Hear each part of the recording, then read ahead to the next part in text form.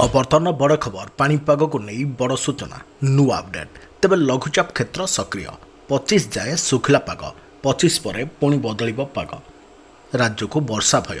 तेज जाना details information पाणीपाग को नहीं ता पूर्व वीडियो को लाइक करूँ जदि पार्टी आपंकर सांगसाथी मानक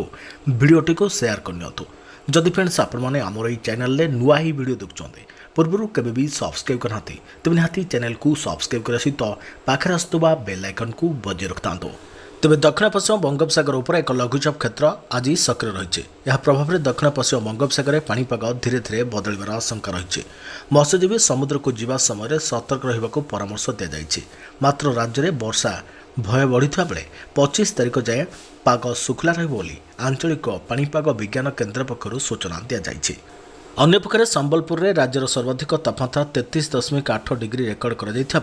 फुलबाणी में सर्वनिम्न तापमात्रा 10.5 डिग्री रही है। जगतसिंहपुर और कोरापुट में हालकारु मध्यम धरणर कुहुड़ी होता एपटे बदलला पागर मिजाज 5 राज्य में बिजुली घड़घड़ी सहित प्रबल वर्षा अलर्ट जारी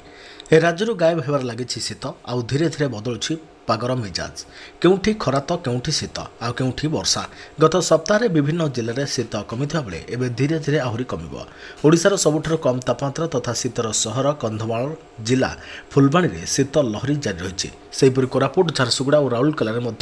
हल्का शीत लहरी जारी रही मात्र जगतसिंहपुर कटक नयगढ़ गंजाम गजपति पुरी खोर्धा अल्परू मध्यम धरणर कुहुड़ी पड़ा नहीं आसंता 2 दिन पर अलर्ट जारी करिछि पाणीपाग विभाग राज्य में आगामी 7 दिन पर्यंत पाग सुखला रहिबा वर्षा हेबार कोनोसी संभावना नहीं। आज फुलबाणी में तापमात्रा 11 डिग्री सेल्सियस रही झारसुगुड़ा कोरापुट और राउरकेला 12 डिग्री सुंदरगढ़ केन्दुझर नवरंगपुर में 13 डिग्री सेल्सियस रेकर्ड कर बलांगीर और भवानीपाटना में 14 डिग्री सेल्सियस तापमात्रा रेकर्ड होछि मालकानगिरी सोनपुर में 15 डिग्री और संबलपुर जगतसिंहपुर जाजपुर बारिपदा नुआपड़ा केन्द्रापड़ा और ढेंकानाल में 16 डिग्री बौद्ध अनुगुल खोर्धा बालेश्वर भद्रक पारଳାଖେମୁଣ୍ଡି और राजधानी भुवनेश्वर में 17 डिग्री सेल्सियस तापमात्रा रेकर्ड करिछि पाणीपाग विभाग सेहीपरि बरगढ़ गोपालपुर चांदवाली पारादीप और नयगढ़ में 18 डिग्री सेल्सियस राति और भोर समय तापमात्रा रही पुरी में सर्वाधिक 21 डिग्री सेल्सियस तापमात्रा रेकर्ड कर सेपटे उत्तर भारत विभिन्न अंचल वर्षा जारी रही आगामी किछि घंटा मध्य उत्तर भारत में एक दुर्बल पश्चिमा वायु सक्रिय होवार संभावना रही जहाँ काश्मीर और बिहार पर्यंत अनेक अंचल को प्रभावित कर पाणीपाग विभाग हरियाणा पंजाब राजस्थान और पश्चिम उत्तर प्रदेश प्रबल वर्षा माने पूर्वानुमान करिछि पाणीपाग विभाग